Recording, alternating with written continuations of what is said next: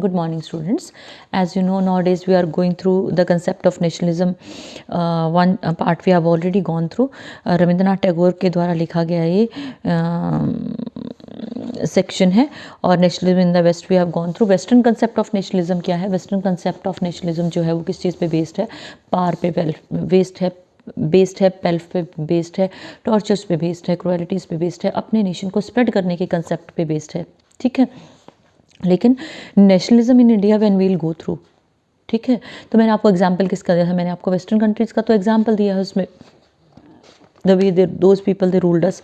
So nationalism in India जो है ये it is an essay and it was presented in 1916-17 during the journey और travel of Rabindranath Tagore in America, and after that it was published again and again. Here he discusses about the problems which are faced, which we face and which are really important for the development of our nation. उन चीज़ों को discuss किया गया है, उन challenges को discuss किया गया है which are really important for the real development of our nation.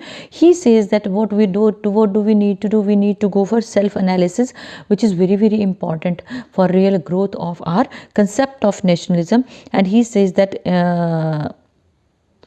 if we compare India with that of America, so in reality we fail to get this very concept, and it has ever been a problem for us.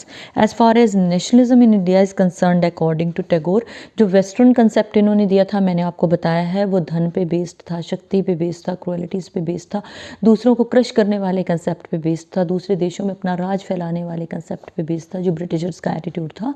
लेकिन आज हम बात कर रहे हैं nationalism in India की. तो रविंद्रनाथ टैगोर जो थे, he was totally against the concept of European countries. Nationalism जो यूरोपियन कंट्रीज का था, he was totally against this, and he didn't want that India should follow this very concept. He was totally against this very concept, and he said that we must learn from our own history instead of learning from the history of others. हमारा अपना इतिहास गवाह है, we can learn large number of things from our own history. So he says that in the life which is lived by Europeans, they lack natural sources का वहाँ lack है. So people they are after they are involved in politics, they are involved in business, and they have become inhuman actually. But in India the problem in India is not of politics. It is not a political problem, it is a social problem. समाज को बदलने की ज़रूरत है. He says that India is a country where people of different culture, tradition and caste, creed के लोग रहते हैं. जैसे आप मानते हो ना, विविधता में एकता का कंसेप्ट है ना. जैसे आप यहाँ से थोड़ा दूर जाते हो, किसी दूसरे डिस्ट्रिक्ट में जाते हो, दूसरे गांव में भी जाते हो, 10 किलोमीटर की दूरी पे हमारी भाषा का फ़र्क है, हमारे ट्रेडिशन कल्चर्स का फ़र्क है, हमारी जो है फोक डांसेस का डिफरेंस है, अलग अलग स्टेट्स का अलग अलग है. तो भारत एक ऐसा देश है संसार में जहाँ विभिन्न तरह की भाषाएँ बोली जाती हैं, कल्चर है, ट्रेडिशन है, फूड पैटर्न अलग अलग है, लेकिन फिर भी we feel proud to be Indians. भारतीय होने पे हमें गर्व है. अगर आप विदेश में रह रहे हो, आपको साउथ इंडियन कोई मिलता है, नॉर्थ ईस्ट का मिलता है, वेस्टर्न इंडिया का कोई मिलता है, तो what do we feel proud. अरे भारतीय मिल गया तो वी फील टू गुड. तो वो हमारी जो विविधता में एकता का कंसेप्ट है, जो यूनिटी इन डाइवर्सिटी का कंसेप्ट है, उसको वो क्लियर करता है. सो people of different religions, caste, creeds, they live in India.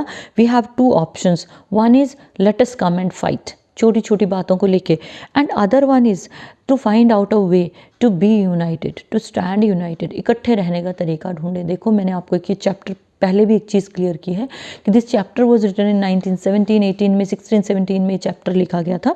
So the people who have real moral values, they should come forward with a solution. कि different caste, creed और culture वाले लोग हैं, दे शुड स्टैंड यूनाइटेड उनको रहना चाहिए.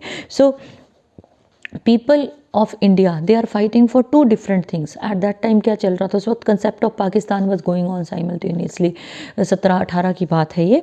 सम people they were talking of total freedom from the clutches of the Britishers, and some were saying that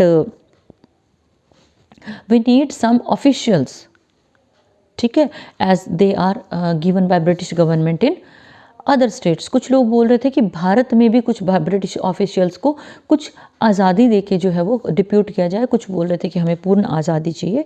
in the beginning Congress party को इन्होंने मेंशन किया है that they wanted to remove some of their complaints were there, they didn't want, they just wanted to remove some of their complaints, but writer is of the opinion that we need to be very creative if we want to be liberated. आज़ादी के लिए हमें creative होना पड़ेगा and we must show that we are very very strong. किसको दिखाना है?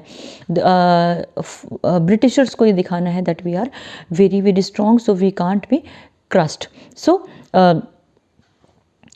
powerful organizations are there, and what do we need to do? We need to create powerful organizations, only then we can move ahead. He calls nationalism a menace, and he is saying that it is a root cause of the trouble of India, because मैंने आपको थोड़ी देर पहले ही बताया है कि अलग अलग parties का बिफोर इंडिपेंडेंस अलग अलग कंसेप्ट रहे हैं.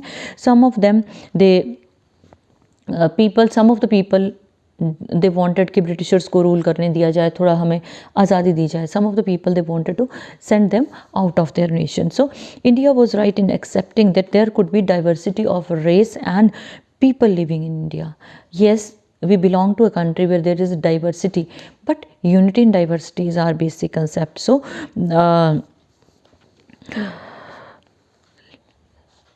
it is a nation. India is the nation where different people of different religion, caste, creed, they live together. Lekin what do we do? What did we do? We have just created barriers here and there. India never believed that we should divide work according to the caste. Caste based work में भारत का कभी विश्वास नहीं रहा. लेकिन फिर क्या हुआ कि जो people of India, what did they do? They started, they didn't know actually कि what is the profession of the other. अब फिर क्या हुआ उसके बाद जो एक पर्टिकुलर, जैसे मैं आपको एक एग्जांपल देती हूँ, ब्राह्मण्स देवर, ब्राह्मण क्षत्रिय इस तरह से 4 भागों में बांटा गया था. ठीक है, तो जो ब्राह्मण्स का प्रोफेशन था वो था टीचिंग का, नॉलेज गिविंग का, है ना. तो जो people who belong to other caste और क्रीड, अगर वो उस प्रोफेशन में जाना चाहते थे तो उनको रोक दिया जाता था. It is not, I am not talking of the phase of jobs, ये बिफोर दैट उसकी बात कर रही हूँ. तो it was barriers were there, caste was the basic of birth and we created problem there. उससे क्या हुआ, उससे हमारे बहुत ज़्यादा नुकसान हुआ. तो वो अरेंजमेंट में क्या था, कास्ट सिस्टम जो बन गया ना कि you are confined to this very occupation, I am confined to this that very occupation, बस ऐसे ही रहेगा, कोई और नहीं आ पाएगा. But now the things have changed. आज आप देखो तो आज large number of things have changed. Unity and diversity is there. हम लोग इकट्ठे रह रहे हैं, एक दूसरे की बात सुन रहे हैं, एक दूसरे के साथ जी रहे हैं. और जो वर्क है that is also without discrimination, it is going on. So here is the concept which Tagore wanted actually. तो टैगोर ने जो है ये जो स्पीच थी, ये थी 18